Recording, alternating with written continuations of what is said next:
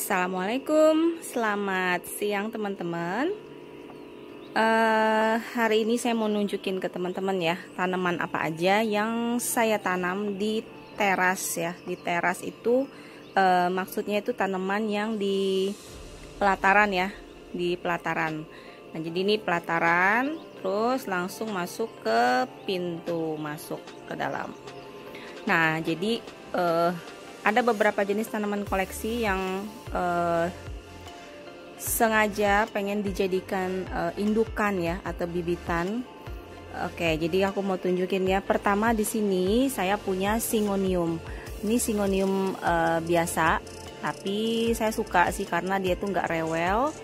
Kemudian juga gampang untuk perawatan, jarang kena macam-macam penyakit ya, kayak kutu atau apa itu jarang. Kemudian juga dia fast grower ya, tumbuhnya cepat banget. Nah, ini Syngonium. Nah, jadi ini saya pakein turus yang tingginya 1 meter, pengen dibibitin supaya dia rimbun. Nah, kemudian di sini saya punya Epipremnum yellow variegata yang kuning. Nah, ini bibitannya kemarin saya beli berapa daun ya? Cuman ya sedikit lah, cuman 4-5 daun. Nih, ini daun-daun lama ya, nih seperti ini kecil-kecil.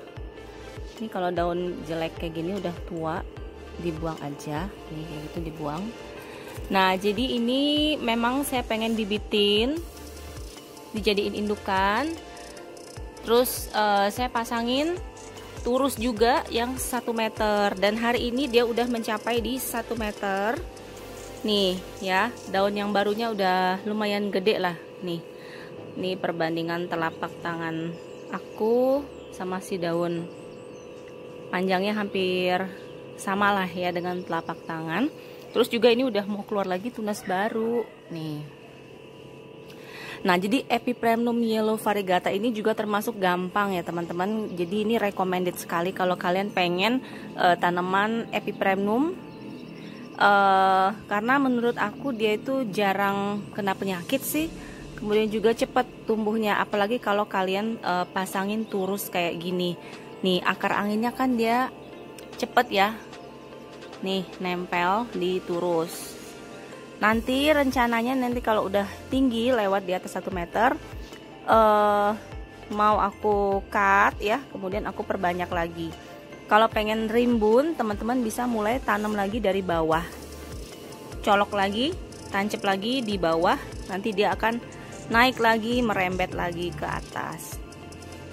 Nah, kemudian satu lagi, ini ada Janbol atau Monstera Andansoni ya, atau lebih dikenal kalau sekarang tuh janda bolong katanya.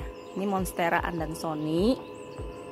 Nih, ini juga pengen dijadiin indukan, jadi ini dipakein turus, tapi ini turus yang 1/2 meter, dan dia udah mencapai sampai sini. Nih, udah sampai sini. Tuh. Ini juga pengen dijadiin indukan, pengen dibikin rimbun. Kemudian yang ada lagi di teras ini ada Golden Dragon variegata ya. Nih, kalau salah tolong dikoreksi ya ID-nya ya. Kalau aku lihat ini Dragon variegata. Ini coraknya, variegatanya tipis-tipis ya. Ini juga aku suka karena dia ini cepet banget tumbuhnya dan gak rewel ya.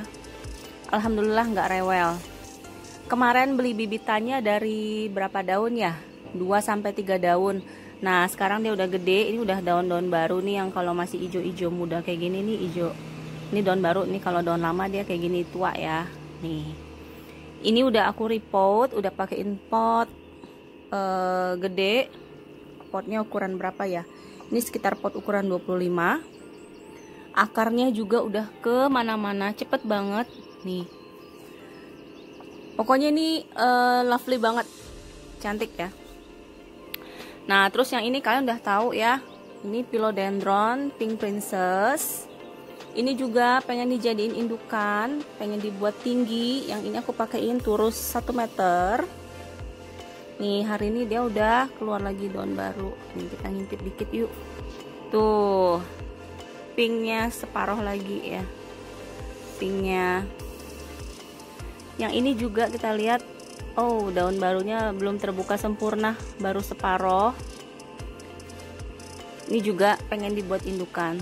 Nah terus di sini ujungnya aku punya di sudut sini, aku punya kaktus koboi. Ini di pojokan ya, di pojokan, dan ini memang jarang banget aku siram. Itu dia masih di pot berapa ya, pot 25 cm ya, dan ini memang apa ya, termasuk nggak rewel juga karena nggak perlu disiram setiap hari. Kalau dia cukup udah kering full, baru nanti aku kocor ya dengan air 100% mengalir sampai ke bawah. Nih ini juga menurut aku kalau kaktus koboi itu nggak terlalu rewel ya. Mungkin ada sih teman-teman yang ngomong katanya susah ngerawat kaktus koboi karena apa tuh, busuk ya, busuk di bagian bawah. Itu mungkin biasanya kalian terlalu sering menyiram, atau kemudian mungkin juga media tanamnya yang kurang cocok ya. Untuk media tanam, kalau kaktus, kalau mau media yang simple-simple aja, kalian boleh coba sekam bakar, sekam mentah, kemudian kasih kokopit sedikit aja, kemudian ada juga pasir malang. Pastiin si sekam mentahnya itu udah steril ya, atau udah kalian fermentasi, jadi dia bebas dari hama. Oke. Lalu di sebelah sini aku punya ada Sansevieria. Sansevieria atau lidah mertua. Ini juga yang apa ya, termasuk paling gampang lah ya, paling gampang dirawat, dan medianya juga dia nggak rewel. Terus juga, nah ini malah udah punya anakan baru lagi. Nih ini dia masih pakai pot kecil nih, ini pot 20 cm aja. Nih satu bibitan tuh segini. Nanti dia pada cepet-cepet lagi ngeluarin, cepet aja sih ngeluarin apa namanya, anakan baru ya, anakan. Ini kayak gini nih dia keluar. Ini juga Sansevieria, ini nggak perlu disiram setiap hari ya. Nih kayak gini. Ini dia masih medianya masih lembab. Jadi kalau aku biasanya untuk Sansevieria ini paling seminggu sekali udah cukup. Nah terus di sini ini ada Philodendron gloriosum. Ini juga belinya dari satu daun aja. Kemudian sekarang udah berapa nih? 3 daun ya. 3 daun jalan 4 daun yang baru. Nih ada yang bilang katanya ciri-ciri tanaman itu kalau dia happy, itu daun yang baru itu dia lebih besar ya dari daun lama. Dan ini kayaknya dia memang lebih gede ya dari daun sebelumnya. Tuh. Ini juga kemarin di pot kecil, di pot berapa ya?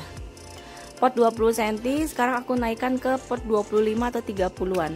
Nah, tentunya dengan media tanam yang tepat juga ya, media tanam yang oke, yang bikin dia happy gitu ya, betah di dalam pot ini. Nah terus yang ini nih ada yang tanaman klasik tapi masih aku suka. Ini sirih gading. Ini sirih gading di stek dari bibitan kecil-kecil segini, dari satu daun, terus aku tancap-tancap aja, terus akhirnya dia rimbun panjang menjuntai.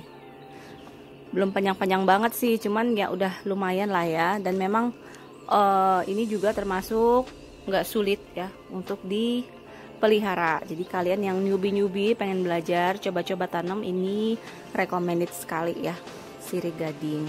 Nah terus di sini ada palem Comodoria. Palem Comodoria ini pakai media biasa. Terus yang ini bukan jamur tapi ini adalah moss ya, sphagnum moss kemarin yang aku pakai untuk nutupin media. Nih untuk palem, media tanam palem, Kalian boleh pakai media tanam yang biasa juga nggak apa-apa, yang karungan yang biasa dijual di toko-toko pertanian, pinggir-pinggir jalan, toko-toko pertanian itu dia udah bisa kok ya. Jadi ini palem, ini juga bisa indoor. Kemarin sempat aku taruh indoor di dalam kamar tidur. Jadi aku rolling 1 minggu pakai palem, 1 minggu pakai Sansevieria. Pokoknya di rolling ya, tidak selamanya di ruangan tersebut gitu ya. Nah ini juga easy growing, nggak rewel. Terus nanti kalau misalnya daun-daun yang udah kuning kayak gini, kalian boleh gunting ya, kalian boleh buang karena dia udah tua gitu ya. Nah gitu, jadi kalau untuk di teras ini bisa hidup ya, dia nggak perlu matahari yang full, cukup partial shade ya istilahnya, itu dia cuman kena sinar matahari secara tidak langsung gitu ya. Jadi ini juga kalau untuk menghindari panas yang terlalu terik, ini adalah pertolongan nih, kalian bisa pakai cover kayak gini gitu. Nah jadi ini kecuali nanti kita bahas lagi tanaman yang bisa benar-benar full sun ya, buat kalian yang tinggal di tempat area yang betul-betul panas, juga ada kok pilihan beberapa tanaman hias yang bisa ditaruh full sun ya. Nah kalau ini dia cuman partial shade, jadi cuman sekitar kena 60 atau 50-60% gitu cahaya matahari. Oke. Nah segitu dulu teman-teman, pilihan beberapa tanaman hias yang bisa kalian taruh di teras. Oke. Thank you for watching teman-teman. Assalamualaikum.